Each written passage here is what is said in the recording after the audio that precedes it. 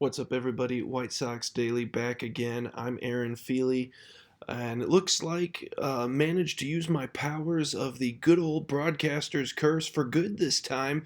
Last time we spoke here on the channel talking about heading into the home opening series against the Toronto Blue Jays. Let's just say, um, be polite and say that I was skeptical at best of how the White Sox were going to perform against the defending American League champions. Um, Little did I know that somehow the Toronto Blue Jays had both a series loss to the Rockies and to the Chicago White Sox on tap to begin their season here in 2026. Certainly an interesting start for Toronto, but the White Sox able to capitalize on it and get a clean sweep at home. The first time that they have swept the Toronto Blue Jays at home since 1995. It's the first time they've started a season 3-0 at home since 2004. It really felt like a phenomenal kind of a turning of a tide there for the White Sox. Who knows if that'll actually be a legitimate tide turn, if it'll last. Thankfully, they are still in a really bad division. And yeah, it's kind of just a cluster there in the middle of the division. A bunch of teams at 4-5 right now. Kansas City's also 4-5. Minnesota's also 4-5. Detroit is also 4-5. Minnesota's 3-6. So we're ahead of them soundly. And Cleveland, the only team with a winning record in the Central right now. And we'll see how long they can continue to guards ball their way to these wins. The White Sox did quite a bit of that in this series as well. Obviously, back in game one, as soon as Alejandro Kirk ended up getting injured, immediately taking advantage of the backup catcher, Derek Hill, a heads up play in extra innings of game one, bunting himself, trying to get on base with 2 outs, down by 1 in extra innings. A bold play by Hill that ended up working out, not just to get himself to first safely, it ended up scoring a run thanks to the error on the errant throw. Ended up scoring, tying the game. Hill gets to second, and then one batter later, Tristan Peters gets himself a single into right field. Hill comes around to score. Big time for the Chicago White Sox. And then a day later, we get. Maybe the Pittsburgh Pirates can finally, sleep in peace at night. They might not have the silliest, fielding error with a funny base path shenanigans scenario in the last 10 years in baseball anymore, as whatever the Blue Jays did, getting a rundown in between third base and home plate, the White Sox trying to add some insurance in the 8th inning of that game number 2, and then ultimately one throw into the rundown, and again it's the same backup catcher, still out there, throws that thing basically all the way to Naperville. He just gave it a chuck. The White Sox end up scoring 2 runs on the errant throw.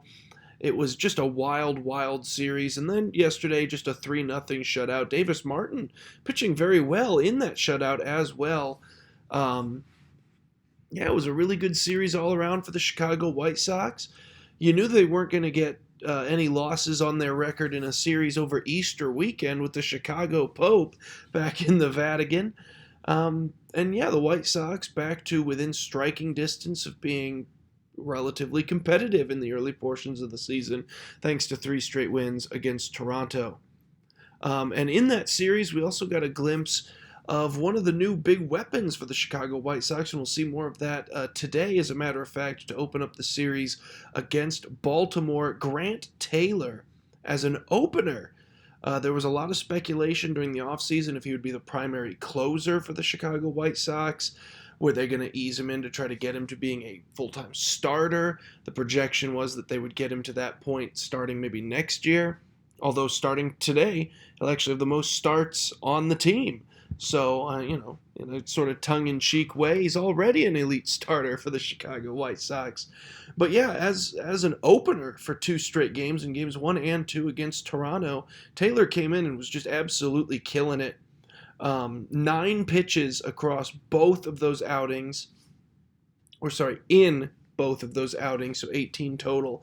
But both times he comes in first inning, faces the top of that Blue Jays order, a very, very good top of that Blue Jays order they have a really strong top three in their lineup, and Grant Taylor just feasted on them. 9 pitches, game one, 9 pitches, 9 strikes. That was insane. Game two, 5 strikes, got a strikeout each time. And yeah, Grant Taylor just came out dealing, and it really looks like it's going to be good signs for the future of the young flamethrower for Chicago. Starting to incorporate some more pitch types into his arsenal as well, so that's good to see. And everything, and I mean everything he was throwing was clicking in his 2 outings. So Grant Taylor continues to be a big-time bright spot for the future of the Chicago White Sox.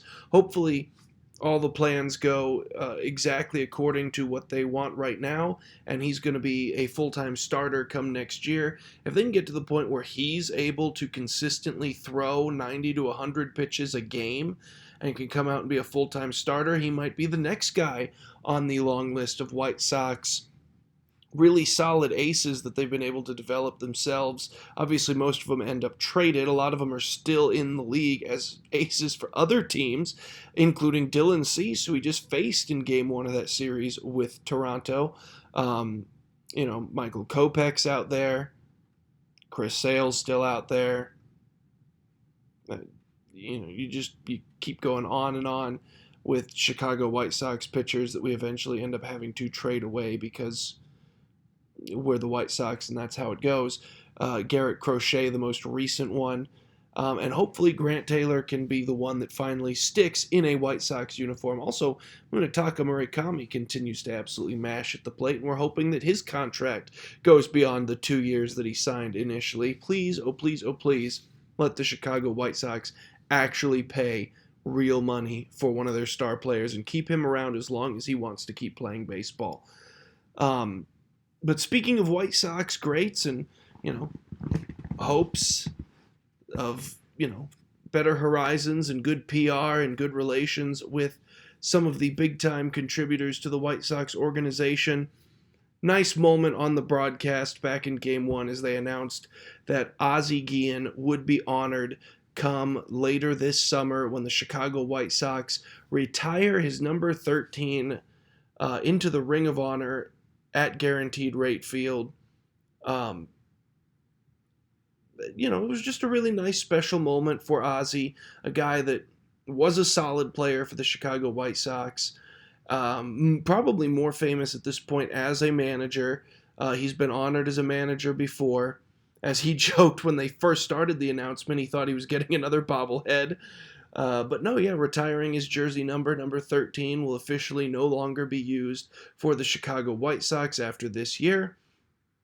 And Ozzie Guillen will be inducted into the White Sox Ring of Honor. A great honor for him as a guy that played for the Chicago White Sox for a number of years, was really solid, ended up managing them to that 2005 World Series, a very special year, a phenomenal postseason, of course. We all remember that season.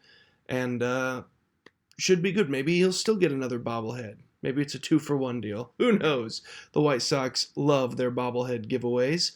And then finally, we'll end it with a bit of news on some future Chicago White Sox news, as is, just kind of mainly presumed here by a lot of people, myself included, most of you listening, by every expert and pundit pretty much across America, that Rock Chalowski will be the number 1 pick in the draft this year.